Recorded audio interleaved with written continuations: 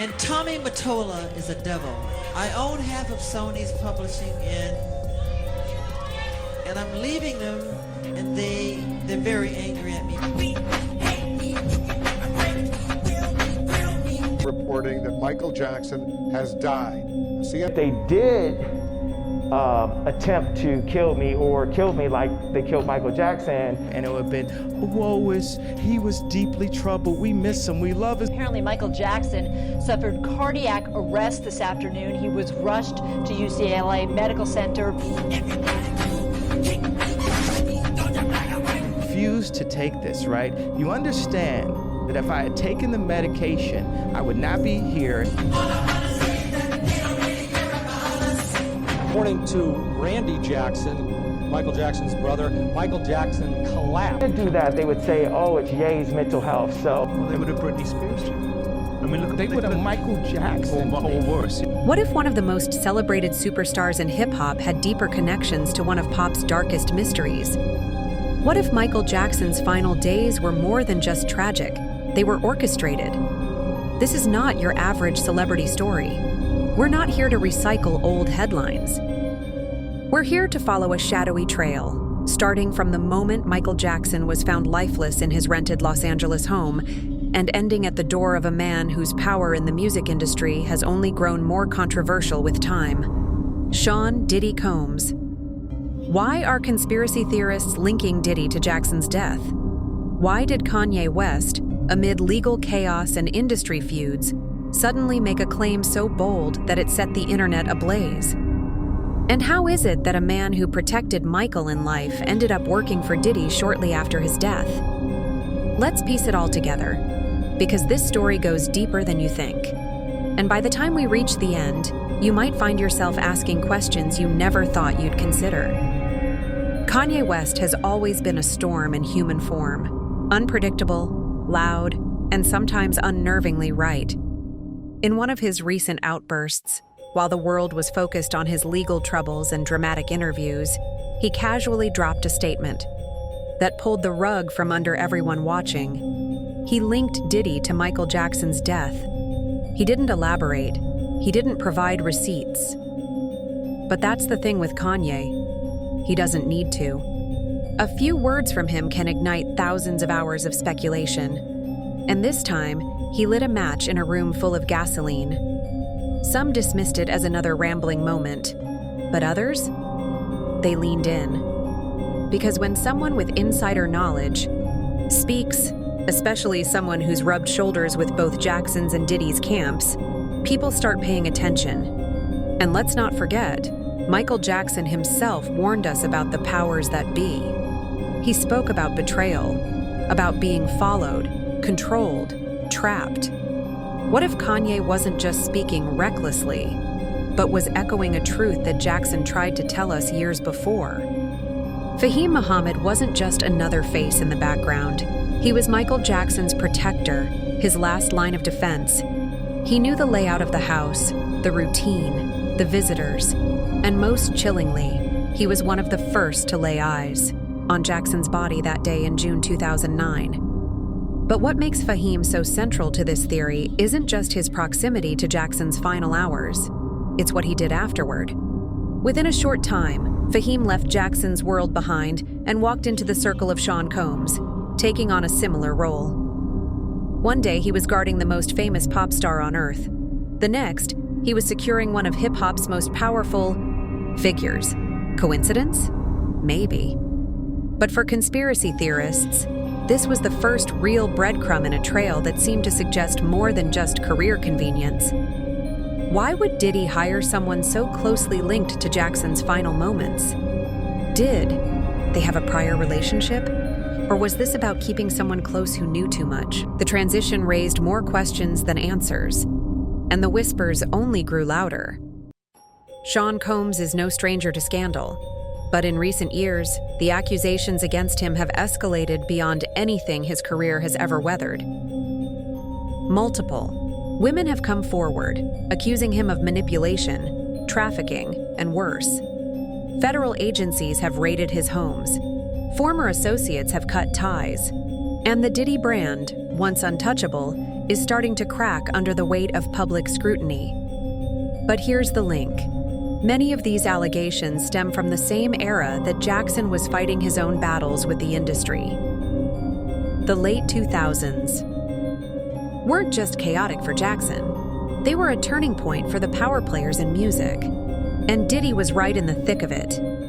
Is it possible that the same forces pulling strings behind the scenes for Jackson's downfall were tied to Diddy's rise?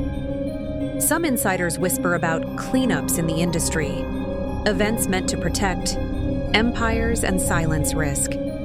Jackson was outspoken, disruptive, and above all, a liability to the people who didn't want change. What if his death wasn't just a tragedy, but a reset? It's the kind of detail you'd expect in a Hollywood script. A secret tunnel beneath the glitter of Los Angeles, connecting the homes of the rich and powerful. Hidden, protected, untraceable. While there's no official record of such a tunnel, between Jackson's rented mansion and any of Diddy's known properties, that hasn't stopped the theory from spreading like wildfire. Alleged former employees, underground blueprints that mysteriously disappeared, eyewitnesses who've sworn anonymously to strange construction work at night. The pieces are blurry, but persistent. Even if the tunnel never existed, the idea itself speaks volumes. The public believes deep down that their idols live in a world far removed from the rest of us. One filled with secrets, private networks, and silent transport. So ask yourself, if such a tunnel did exist, who used it? And more importantly, why was it kept off the record? Dr. Conrad Murray was the fall guy in Michael Jackson's death. He took the stand, served the time, and bore the weight of a tragedy that shocked the world. But even now, many believe his role wasn't as simple as it seemed. How did he get the job? Who vouched for him? Why did a man with a shaky financial history and questionable credentials end up in charge of the health of one of the world's most valuable entertainers? There are whispers, never proven, never followed up, that Murray had connections to others in the industry, that his placement wasn't accidental, that perhaps he was chosen not for his skills, but for his willingness to look the other way, and when his silence was no longer needed, he became the perfect scapegoat. If someone powerful wanted Jackson gone, they wouldn't have pulled the trigger themselves. They would have hired someone who could. And if Murray was that man, who was giving the orders? Michael Jackson owned more than just music. He owned legacies. He owned publishing rights that generated billions. He had control over catalogs that executives would kill, metaphorically or otherwise, to get their hands on. When Jackson died, many of those assets shifted hands, quietly, efficiently. Diddy, meanwhile, was building an empire, one deal at a time. He rose from artist to businessman, from superstar to kingmaker. And in a world where ownership means influence, some believe his ascent coincided too conveniently with Jackson's fall. Could there have been a silent war for power? A corporate struggle hidden behind platinum records and sold-out tours? We may never know. But what we do know is that when giants move, they shake the ground beneath them.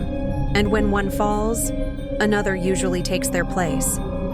There's something about Michael Jackson that keeps him immortal in the minds of fans. The music, the mystery, the myth. So when he died, and the story felt too simple, too clinical, fans couldn't accept it, not because they were in denial, but because they believed Jackson had warned them this would happen. He spoke about betrayal. He feared for his life. He felt watched, and we dismissed it as paranoia.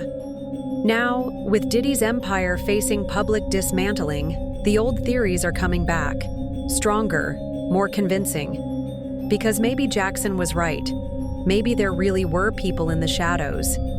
And maybe one of them is only now being dragged into the light. So where does this leave us?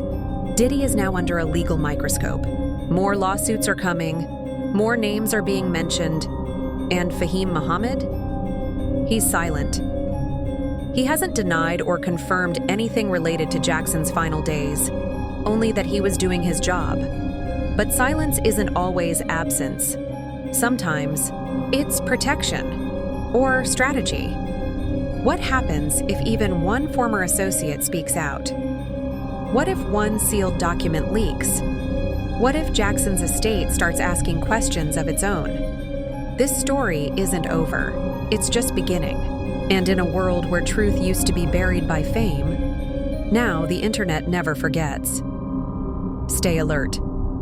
Because what happens next could rewrite how we see the legacies of both Diddy and Michael Jackson. At the end of the day, we're left with questions. No smoking gun, no undeniable evidence, just a trail of coincidences too strange to ignore. Fahim Muhammad, Diddy's growing scandals, Kanye's warning, Murray's mysterious role, the timing, the silence, the tunnels, the power. It's all there, disjointed, shadowed, but there. You don't have to believe in conspiracy theories to feel uneasy about the details. And maybe that's the point. In the world of the ultra-rich and ultra-famous, truth isn't always loud. Sometimes it's whispered, hidden, paid for. So as you finish this video, ask yourself, what don't we know? And why have so many people worked so hard to keep it that way? The idea of underground tunnels might seem absurd at first, until you realize how often they appear in stories about the elite. From the rumored passageways beneath Epstein's properties to verified secret tunnels under the Playboy Mansion, history has shown that the rich and powerful will go to incredible lengths to keep certain actions out of sight. Why would a pop star like Jackson need such a thing? Maybe he didn't. Maybe someone else did. The Holmby Hills estate, where Jackson died, was not just luxurious. It was remote, gated, and supposedly renovated several times under different owners. Certain permits disappeared from public records. Some floor plans don't match the blueprints filed with the city. And as strange as it sounds, every piece that doesn't fit only deepens suspicion. Because the moment secrecy becomes traceable is the moment power becomes vulnerable. One of the hardest truths about the music industry? It rewards silence. Many insiders who could speak don't. Why? Because breaking rank often comes with consequences. Loss of contracts, smear campaigns, blacklisting, or worse, mysterious accidents that are never fully explained.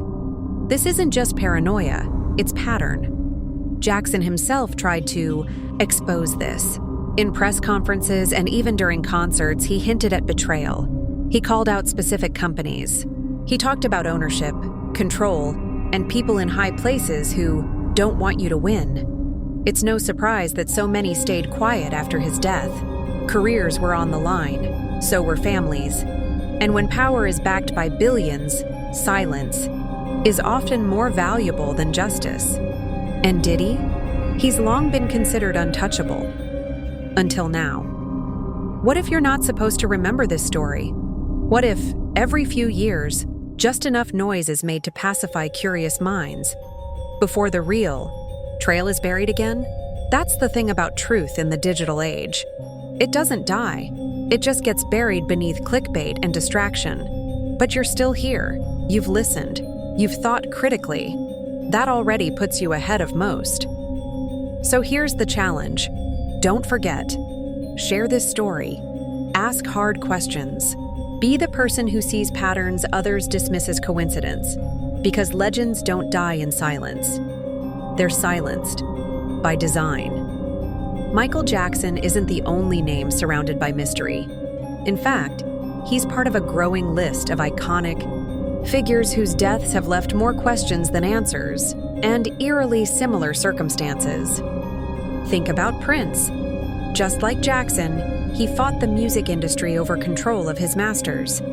Just like Jackson, he was vocal about exploitation, systemic manipulation, and the forces behind the scenes that pull the strings.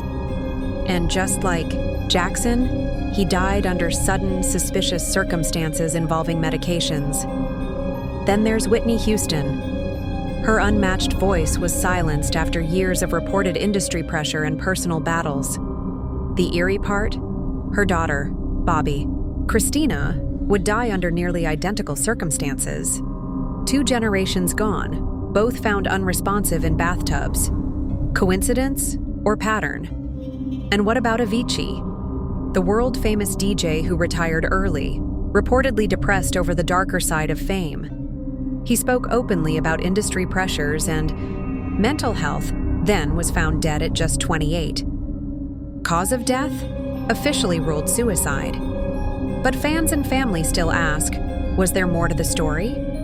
Again and again, we see legends fall just as they try to reclaim their power.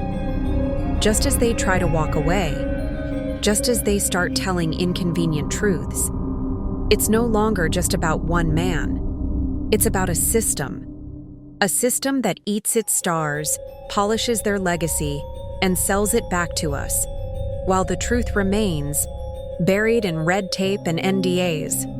And when patterns repeat often enough, they stop being theory. They start looking like design. If you've made it this far, you're part of a small group, the few who ask why, when the headlines say, how? But here's the chilling truth. The more you learn, the less you can unsee. The music keeps playing, the stars keep shining. But sometimes, behind that spotlight is a darkness so deliberate, it hides in plain sight. So when the next celebrity falls, and the headlines sound too clean, too fast, too final, ask yourself, who benefits from their silence? And who's next?